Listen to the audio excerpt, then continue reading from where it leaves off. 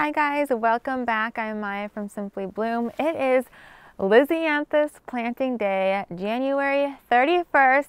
I know a lot of you guys probably already started yours sooner, but being in a zone 3, I tend to start everything last compared to all the other zones. So today is the day. Yesterday it was 37 below degrees Fahrenheit.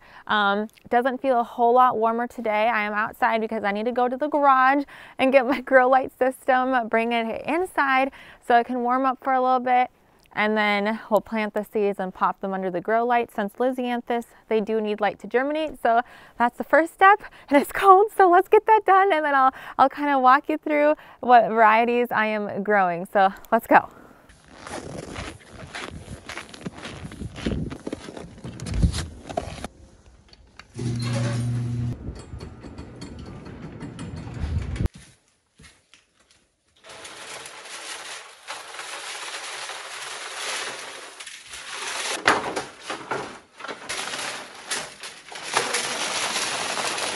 Okay, you guys, grow light's inside and it's warming up.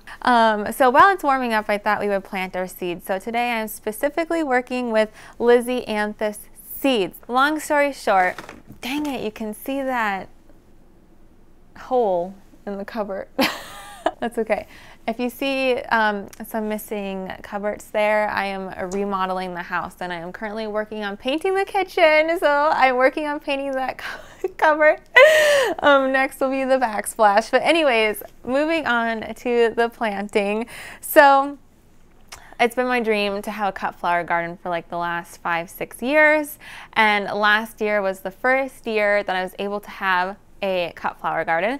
And I didn't realize I was going to get one until later on in the year, so I did not get to plant my Lisianthus seeds, and I started buying my Lisianthus seeds like 3 years ago, and they're pelleted, and I was doing some research, and they say pelleted seeds have a very short shelf life, so after that first year, then they're pretty much no good anymore. And I was watching Nicole from Flower Hill Farm, and she said she tried planting up some of her older Lisianthus seeds that she had saved from the year before, and not one germinated.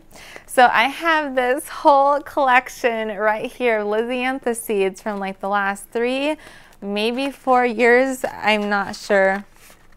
And 1, 2, 3, 4, 5, 6 varieties that are potentially no good, but I'm gonna try planting them anyways. And then I did get some fresh Lisianthus seeds here, so we will at least hopefully have some good germination rate.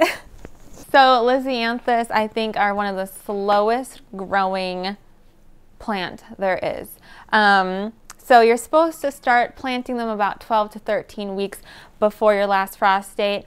I'm in a zone 3. I think we're still actually like 14 weeks before our last frost date. But I was like, you know what, they're such slow growing, starting it a little extra early in this case I don't think will be a big deal. And we have such a short growing season in zone 3. I was like, this is one that I will not mind bumping up into a bigger size container. So I just want to go through the varieties. The new ones that I got just for this year, so I know I will actually have some good germination. I got the Roseanne Black Pearl, which is just this really deep blackish purple color, and I like adding the dark colors for some drama into my arrangements. And then I have the Roseanne 2 Clear Green, which is, like the name says, it's green, and I found last year I loved tucking in just green accents into an arrangement, and everyone that I gave the arrangements to, they always kind of pointed out those green elements, and they're like, oh, what's that, what's that? So I really liked, I got excited when I saw that green one. And then I have a Voyage 2 First Love. This is just your classic romance all-in-one right there. And then that is not, that's not a Lisianthus. It's a Rudbeckia, so I'll put that aside. And then I have the Voyage 2 Lavender. This is just the perfect, soft, pale lavender color. And then Voyage Pink 2 Improved version. So again, you're just your classic, beautiful pink. And then the ones that I got several years ago that I don't know if will grow or not. It's the Roseanne green, so very similar to, what was that green one? The clear green. This one is similar, the Roseanne green pelleted. And then I have the Roseanne black pearl again. So hopefully, if this one probably won't germinate, I have the backup. And then I have the Voyage 2 white improved, the Arena 3 gold, the Voyage 2 pink. So did I get that? Okay, I got the improved is the new version. And then the Voyage 2 light apricot. So I have these seed starting trays. Ooh. Right here, they're 40 cells. I think each packet has 50 seeds. So I'll put one in each cell, and then 10 of them will have 2 seeds. So that way, if some of the single cell ones don't germinate, I can kind of just move them around. So hopefully at the end, each tray will be filled. So each of the new ones that I got for this year specifically, each one variety will go in one tray. But then the old seeds that I put up here, I'm just probably gonna jam pack all of them. Probably I'll split it up into like two different trays. So I'll probably be putting like 3 or 4 seeds in each cell of the old ones, because I don't have my hopes up, but I'd rather try planting them instead of just throwing them away, and at least try, you know, gotta try. So I have some organic seed starter mix from Espoma. I will be moistening down first before packing into my seed starter trays, and then these need light to germinate. So I will be putting a fine layer of vermiculite over the top. So this just helps retain moisture control. It can kind of help with some fungal issues that you may get on top. And then I will be covering them with the dome tray for nice humidity. So I'm just gonna make some labels up and then get started. Okay, so I'm just starting out by writing out some labels. I am using a permanent marker. I know garden markers last longer, but these labels are just temporary until I put them out in the garden, and then I'll switch to bigger labels. And then I'm just opening up some seed starter mix. It's really important that you use seed starting mix because it's lighter, it's loftier, and it allows the roots to get established easier. And then I'm just adding some water because I really want to just kind of make it more moist. It's so much easier to, I think, put into the seed starting trays when it kind of holds its shape, and then also when you go back and water it for the first time, because the soil's already saturated, the water doesn't just sit on top like it does when it's dry. So then I'm just adding it into my seed starting trays, and I love this method. I load it up and then I just take another tray and just kind of tamp the soil down. It's so much easier doing it this way rather than having to poke each individual hole. So I definitely recommend trying it this way if you haven't.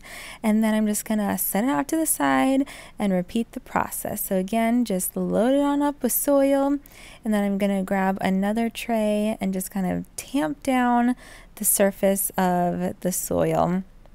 Here I am washing my humidity domes because, yeah, they were filthy, still left over from the year before, and I know, highly recommended to clean all of your supplies before start seeding.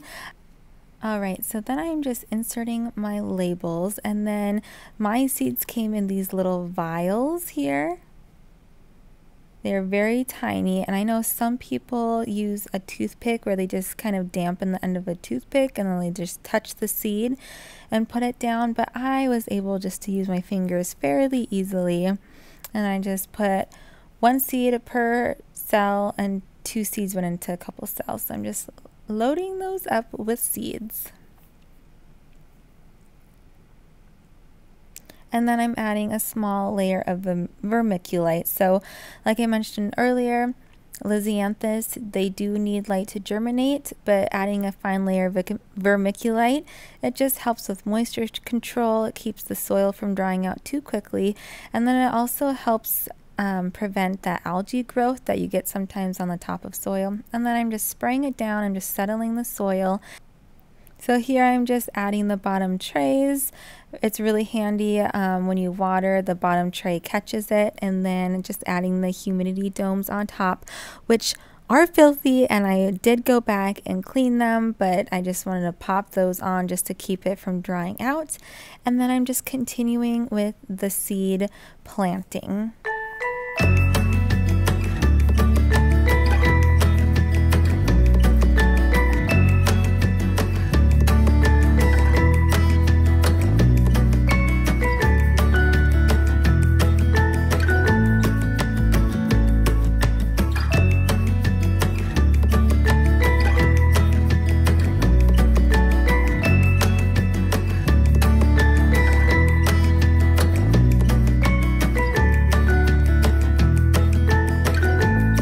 Okay, you guys, here they are, all planted. I ended up getting 7 trays. 5 were the good trays that were like current seed, that's not expired seed, and then 2 were the seed that was like 3 or 4 years old. So that is it. I am super excited to watch these grow. Most of the time I hear it takes at least 2 weeks before they germinate, so that will be slow, but I'm looking forward to having them sprout and just have little baby seedlings again. And then I also have a mandevilla here that has been struggling since I brought it inside, doesn't get enough light, so I just popped it under the grow lights and we'll see. It's surviving, it's just not thriving. But that is it for this video. Let me know which of these Lisianthus you are most excited to see. Which color is your favorite? I would love to know what kind of everyone likes the best. So that is it. Thank you so much for watching, and I'll see you next time. Bye.